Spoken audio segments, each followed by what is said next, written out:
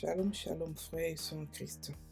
Et bienvenue à la Rhapsodie du vendredi 6 mai 2022. Rhapsodie écrite par le pasteur Christ Oyakilome. Et la lecture vous est offerte par les vérités de l'Évangile. Le thème d'aujourd'hui est son amour manifesté en vous. Et le verset de 2 Corinthiens 4, verset 11 qui nous dit: Car nous qui vivons, nous sommes sans cesse livrés à la mort à cause de Jésus, afin que la vie de Jésus soit aussi manifestée dans notre chair mortelle. Et cela de 2 Corinthiens 4, verset 11. Alléluia. Le pasteur Christ dit: la preuve que nous connaissons l'amour de Dieu, c'est dans la façon dont nous le partageons. Avez-vous déjà pensé à cela? Nous ne connaissons pas l'amour de Dieu jusqu'à ce que nous le partageons et le manifestions. Jésus est la manifestation de l'amour de Dieu. Il est l'amour de Dieu incarné dans la chair, c'est-à-dire qu'il était le corps de l'amour. Les évangiles Matthieu, Marc, Luc et Jean le présentent comme l'incarnation de l'amour. Jésus n'a pas seulement l'amour, il est l'amour devenu chair. Et c'est l'une des vérités les plus extraordinaires jamais révélées. Jésus est la description parfaite de l'amour. Nous lisons dans la Bible que Dieu est amour, 1 Jean 4, verset 8. Mais cela n'aura aucun sens pour vous tant que vous ne connaissez pas Jésus. Plusieurs décrivent Dieu par de nombreuses imaginations. Mais Jésus lui-même a dit: celui qui m'a vu a vu le Père. Et cela est dans Jean 14, verset 9. Alléluia. La Bible dit: tel il est, tel nous sommes aussi dans ce monde. Et cela de 1 Jean 4, verset 17. Le plan de Dieu est de se révéler lui-même, son caractère, sa capacité et sa nature d'amour et de justice à travers chacun de nous.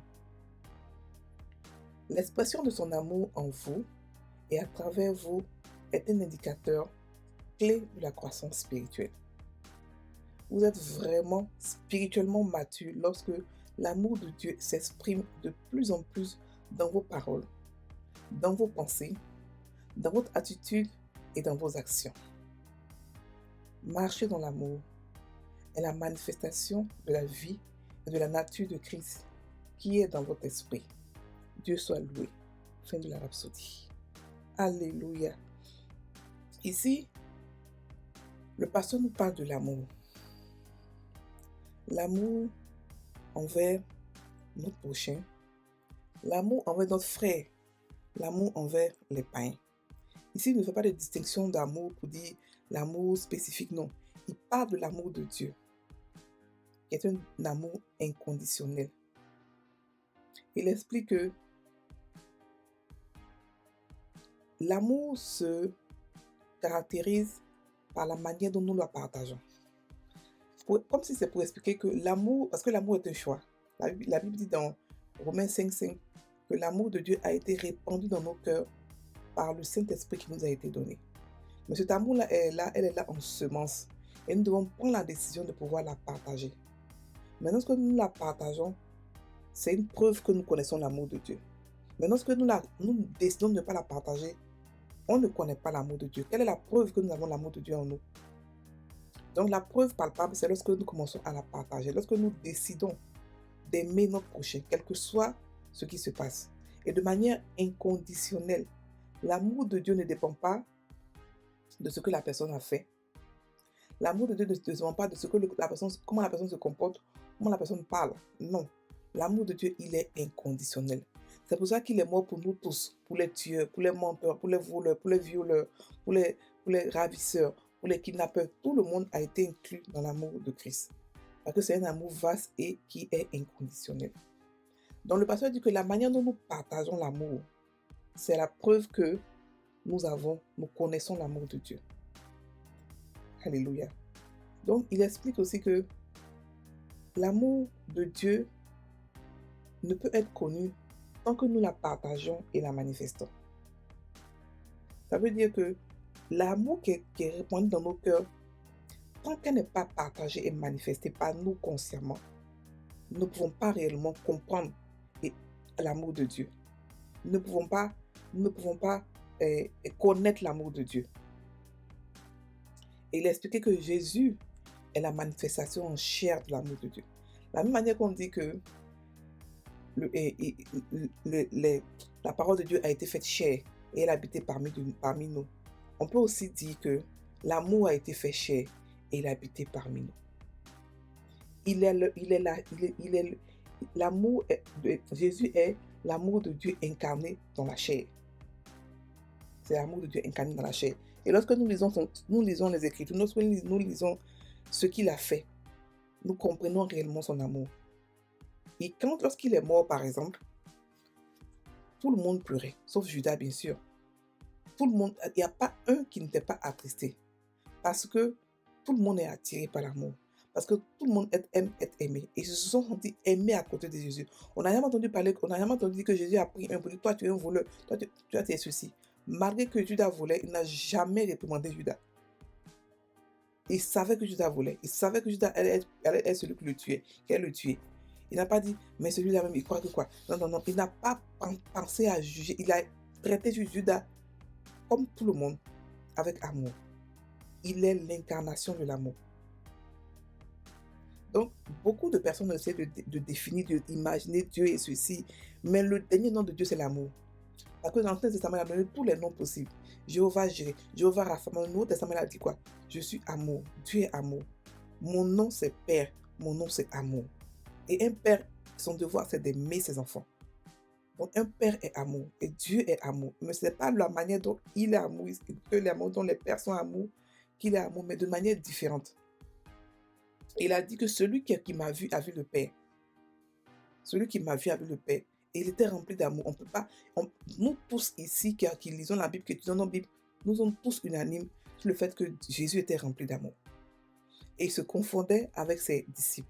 Il était pareil avec ses disciples, à tel point que lorsqu'ils sont venus le chercher pour le tuer, ils n'ont pas su qui était Jésus. On a dû leur dire, voilà, ils ont dû amener quelqu'un pour l'embrasser. Alors que tous les jours, ils le suivaient. Ils amenaient des espions pour le suivre, mais ils ont dû envoyer quelqu'un pour le démarquer, pour dire le voici. Et même ça encore, ils étaient choqués, ils sont tombés. Donc pour expliquer que l'amour de Dieu, l'amour que Dieu a fait au travers de Jésus, c'est un amour qu'on ne peut pas comprendre si on ne le manifeste pas. Nous devons d'abord manifester l'amour expressément. Nous devons dire que je décide à partir d'aujourd'hui de marcher dans l'amour, quel que soit ce qui se passe. Je marche dans l'amour. La Bible aussi dit que tel qu'il est, tel que nous sommes, ça veut dire que nous aussi, nous pouvons manifester l'amour. Son caractère, nous pouvons tout manifester. Alléluia. Donc, en fait, il explique aussi que lorsque vous commencez à décider de manifester l'amour, c'est déjà un signe, un indicateur que vous êtes en train de grandir spirituellement. Et lorsque vous êtes en train de manifester l'amour et que vous voulez encore manifester encore plus, c'est encore un autre niveau de spiritualité. Vous pouvez prendre ça comme un baromètre pour pouvoir mesurer votre maturité en Christ. Quand vous commencez à exprimer l'amour dans vos paroles, dans vos pensées, dans votre attitude, dans vos actions, alors on sait que vous êtes immature spirituel. Ce n'est pas tout le monde qui peut manifester l'amour expressément. Il y a beaucoup de personnes qui ont des dons, beaucoup de gens qui ont de grands ministères, mais qui ne peuvent pas manifester l'amour, qui ne comprennent même pas l'amour. Ils se disent que c'est l'amour c'est quelque chose qui doit venir seul, que Dieu met dans ton cœur, que c'est automatique. Non, c'est quelque chose que tu dois décider d'avoir, décider de manifester. Et quand tu décides de manifester, il va venir. Il va venir parce qu'on a tous reçu la mesure. Mais lorsqu'on grandit spirituellement, c'est par ça que Dieu nous mesure spirituellement. C'est par ça qu'il dit que mon enfant doit grandir spirituellement, parce qu'il manifeste beaucoup plus d'amour. Et lorsqu'on manifeste l'amour, tous vos dons s'explosent. Et comment manifester l'amour? On peut manifester l'amour pendant la décision, mais aussi comment fortifier, comment faire grandir son amour, c'est en pratiquant. En pratiquant. Au début, ce ne sera pas facile, parce qu'au début, ce sera quelque chose de nouveau pour vous. Mais si vous priez beaucoup en langue, si vous mettez sur 1 Corinthiens 13, si vous mettez sur l'amour, si vous mettez sur l'amour, si vous avez une relation avec, vous avez une intimité avec Christ, si vous étudiez beaucoup la parole de Dieu, vous allez être forcément rempli de l'amour de Dieu. vous allez facilement aimer. L'amour, elle a l'air difficile, mais elle est facile à le faire parce que ça ne... Tu dors la nuit en paix parce que tu as aimé, parce que tu aimes. Donc nous devons marcher dans l'amour. L'amour est la manifestation de Dieu. Dieu est en nous. Nous sommes son temple, il est notre Dieu. Et Dieu est amour. Nous aussi, nous pouvons dire que nous sommes amour. Parce que tel qu'il est, tel que nous sommes. Alléluia. Donc, c'est ce que le pasteur aujourd'hui a dit. On va prendre la confession. L'amour de Dieu est répandu dans mon cœur par le Saint-Esprit. L'amour est la manifestation de la vie de Christ en moi.